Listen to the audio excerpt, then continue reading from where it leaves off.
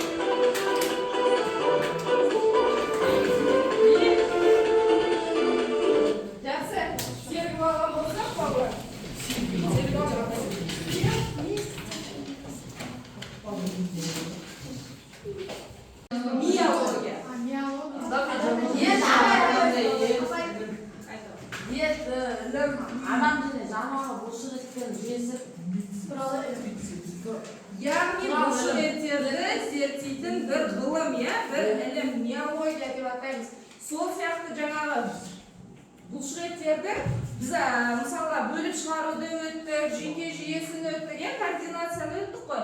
Нейрондардың бұлшықеттегі жаңағы ең кіші бөлшегі, яғни неден тұрады? Миоциттерден тұрады. Бұлшықет жасушаларын біз миоциттер деп атаймыз, балалар. Бұлшықет жүйесі адамда және барлық омыртқалы жануарларда омыртқасыздардың көпшілігінде қозғалыс қызметін атқарады. Яғни тірек қимыл жүйесі бізде неден тұрады? Тірек қимыл жүйесі неден тұрады? Сүйектерден сүйек, омыртқадан. Сүйек дегеніміз ол қаңқа. Қаңқа мен бұлшықеттен тұрады. Қаңқамыз бен бұлшықет ол біздің қозғалысқа келтіреді.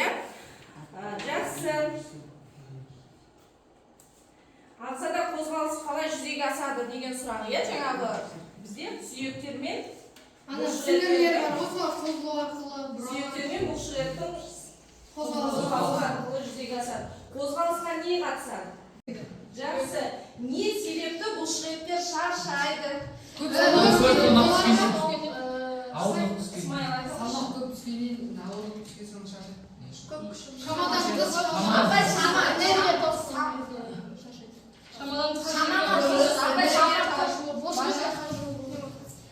Жауабын да айта қой деген ғой.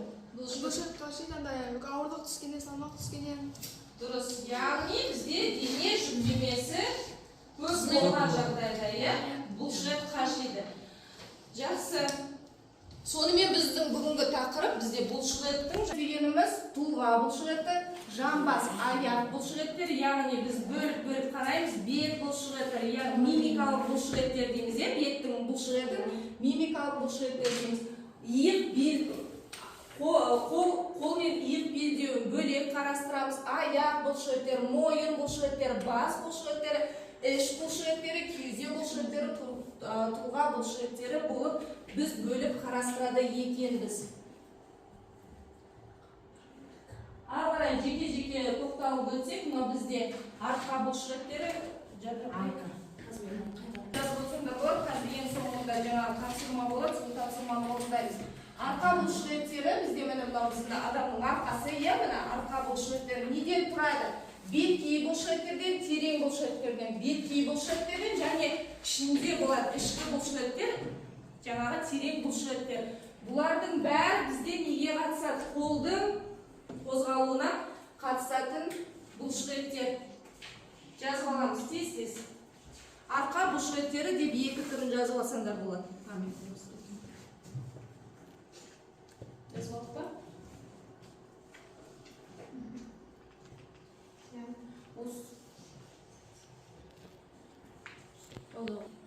Бұлшықеттеріне не жататынын білеміз ба, балалар? Нұрали айта қойшы. Кеуденің үлкен бұлшықеті, кеуденің кіші бұлшықеті, бұған асты бұлшықет, алдыңғы тісті бұлшықет жатады. Жақсы, жарайсың отырамын. Мынау бізде жаңағы кеуденің бұлшық еттері. Не олайсыңдар? Көкет дегеніміз. көкек деген көкірегіне ақырса қусара біріне бөліп тұрған пішіне күмбез тәрізді жалпақ жұқа бұлшық ет. Құрсағымыз мынау болатын болса, кеудеміз мынау, иә? Соны ортасынан бөліп тұратын мына жердегі бұлшық етті айтамыз. Түсінікті ғой? Кеуде қуысы мен құрсақ қуысын бөліп тұратын. Іштің бұлшық еттері болады бізден. Ішкі қиғаш бұлшық еті, көлденең бұлшық ет, іштің тік еті, іштің іштері. Жазбасандар болады тез. Жаңағы неге жазып іштің бұлшық еттері.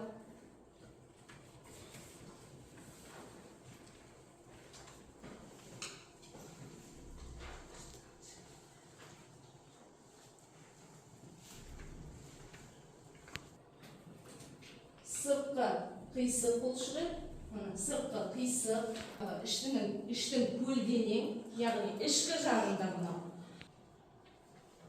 Болып па осыдан?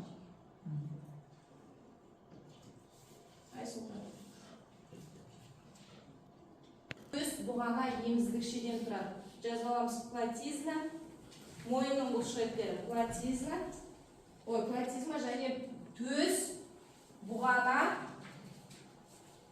науры жерде болады еміздікше деген. Бұлшық еттерден тұрады.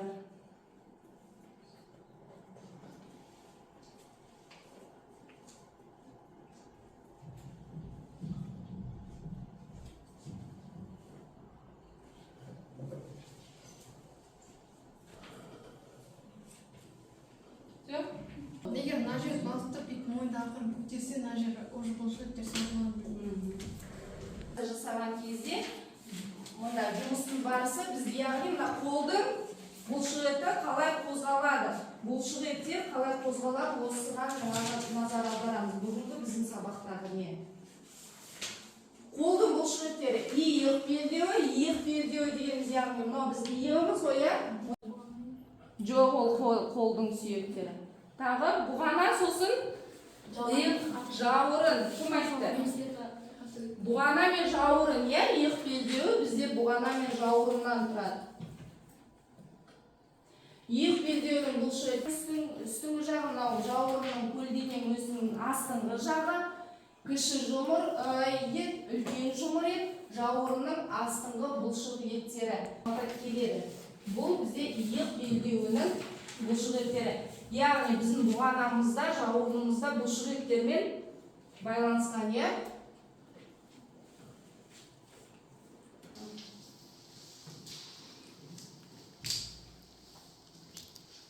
Мынада жазылған қарды екі басы. Қар дегеніміз мына жерде. Екі басы. Бицепс. Иә, бицепс жаңағы. Бицепс. Сол бізде мына қолымызда. Қар дегеніміз мынау. Қардың екі басты бұлшық еті, қардың үш басты бұлшық еті, шылтақ бұлшық еттері, бұлшық еттері. Жазып алдық па?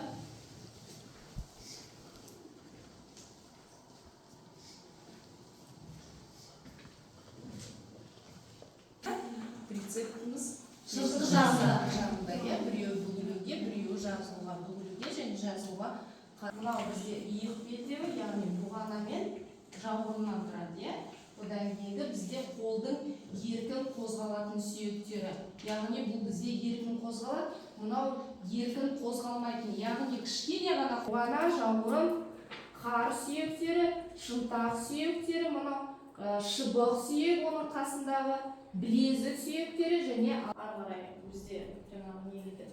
Жақсы бала, онда бүгін біздің тақырып бойынша жаңағы қолдың сүйегі, иық белдеуінің қол қозғалысындағы рөлі, яғни жаңағы тақырыпты жазасында демонстрация и тақырыпты жазамыз. Негізгі бұлшық ет 123-ші бет. Тақырыпты жазып болсам, ортаға 4 оқушы шығар, иә? 4 оқушы. Қыздар ғана шығамыз ба? Қыздар шығады. Жақсы жарайды, алды оқушы шыға беріңдерші. Бірінші жауырынның астыңғы бұрышын табамыз. Сол жақ жауырынның астыңғы бұрышын кішкене Это сол жақ жауырынның астыңғы бұрышын. Маме, мына жаға жетпей ма? Бұрышын таптыңдар ма? Иә. Бұл бізде міне. Марван.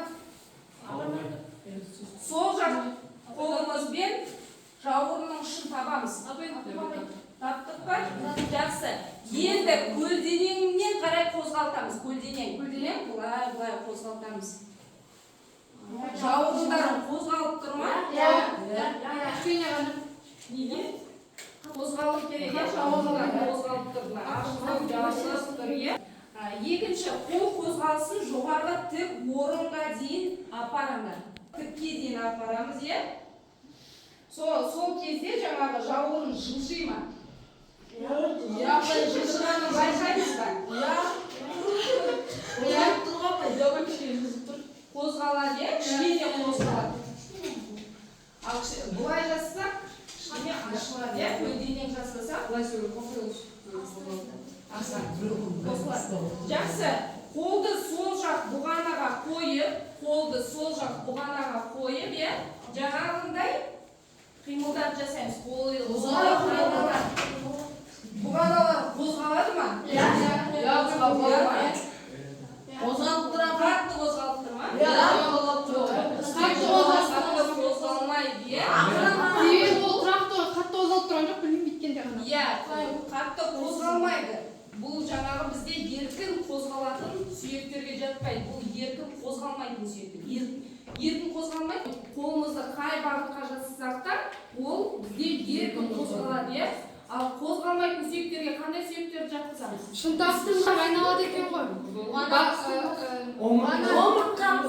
қозғалады ғой. Омыртқа жақтай қозғалады. Үстіңгі жақ, дұрыс айтасыз. Не апай еще? Аяқ апай, жақ. Сауыты бізде қозғалмайтын сүйектер. Үстіңгі жақ қозғалмайтын сүйектерге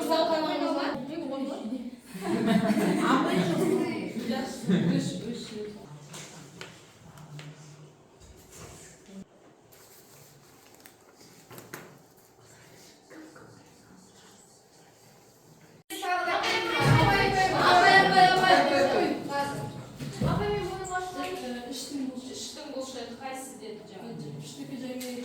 Или сен басқасын дағдай Жоқ, цик бұлшығы іштікі.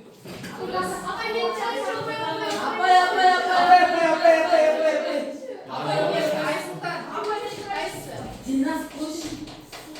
Айсұлтанға бер. Айсұлтан қайсы?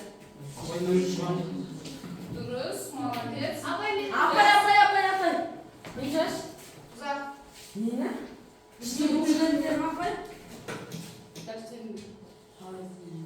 Мойынның бұлшығы, иек белдеу бұлшығы, қолдың бұлшығы.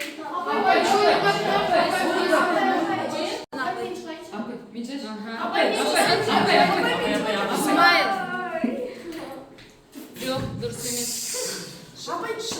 Шынтақ иыққа жата ма? Жатпай, смайлға бер.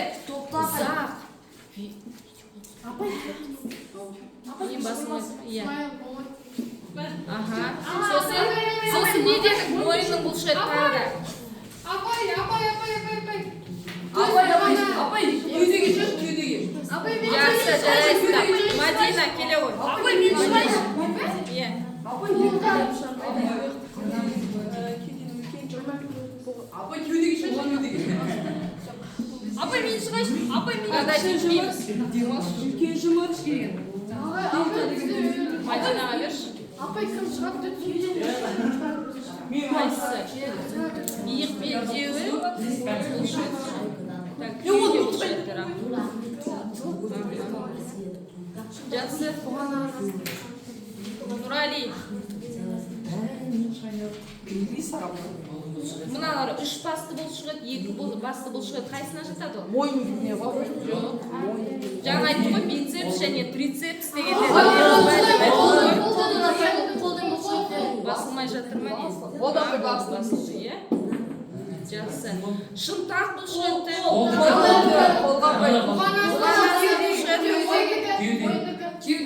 Мойындық емес. кеудеге жатады. Кеуде. Кеуде.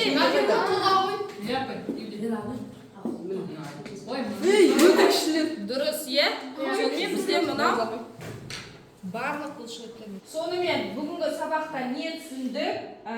Сен үшін тақырыпта қаншалықты маңызды болды? Жаңағы бүгінгі тақырып сабақта неден қиналдың? Осы 3 сұраққа кері байланыс беріп жүрсек, иә, Маржан? Бүгінгі сабақта мойынның бұлшықеттері, және де иек бұлшықеттері, және де мойынның нервінің ішкі құрылыстары, және де андай жауырын, және де оны зерттеп Бұған амен жауырынды зерттедік, иә? бүгінгі сабақта маған ештеңе қиын болған жоқ, бәріміз Жақсы отырамын. Бүгінгі сабақта мен түсінген тақырыптар бұл адамның бұлшықеттерінің құрылыстары, яғни қандай топтарға бөлініп сол туралы түсіндім. Және де мен үшін маңызды болғаны бұл қол бұлшықеттері. Ешқандай қиыншылық болған жоқ. Жақсы отырамын. Тағы Мен бүгін сабақта қолдың, иықтың, іштің бұлшықеттерін білдім, және де маған қиын болған ештеңе қиын болған жоқ, себебі тақырып анық айтылды деп ойлаймын. жақсы, Мади дейді. бұлшықеттер мен сүйек адамның сүйектерін білдім. Осы сабақта ешқандай қиындық жоқ. Бұлшықеттердің түрлерімен таныстың, иә? Есінде қалды ма? Мойын бұлшықеті. Аха. Сосын Бөліп таныстық, иә? Не мойын бұлшықеті, қол дұрыс, кеуде бұлшықеттері, аяқ бұлшықеттері болып бөлінді. Жақсы. Кім айтып тұрады? Апай мен айтайын. Бүгін маған сабақтың бәрі түсінікті болды. Мен бүгін сабақта мойын бұлшықеттерін және де қолдың бұлшықеттерін жақсырақ түсіндім. Және зерттеген кезде мына аяқтан қозғалатын жағалдың қолдан қозғалатын. Жақсы. Ислам. Бүгінгі сабақта мен қолдың бұлшықеттері, іштің бұлшықеттері және төс бұлшықеттері, аяқ бұлшықеттерін білдім. Бұл сабақта маңызды болған қолдың бұлшықеттері, маған қиын болғаны ажырату қол бұлшықеттерінен. Бұлшықеттерді сен әлі де шатастырып отырсың, иә? Жақсы. Қатысқан бізде, иә? Қастер өте белсенді қатысты бүгін. Жақсы. Кейін балғайым жаңағы Мұхамеджан қатысты, Ислам қатысып отыр, иә? Мади, Исмайл, ұзақ бүгін жақсы қатысып отыр. Бүгін сіздерге 7, 8, 9 деген балдардан қоям, иә? Бүгін Мадина жақсы мәрмәр қатысып отыр. Өте жақсы деген бал, яғни 9 балдан қоям. Маржан бүгін белсенді қатысып отыр тоже. Жақсы жарайсың. 8 бал. Ислам бүгін тоже қатысты. 8 бал. Нұрали қатысып отыр, е? Жарайсыңдар. Күнделіктерін алыңдар. Үй тапсырмасын жазамыз. Ашық отырыңдар.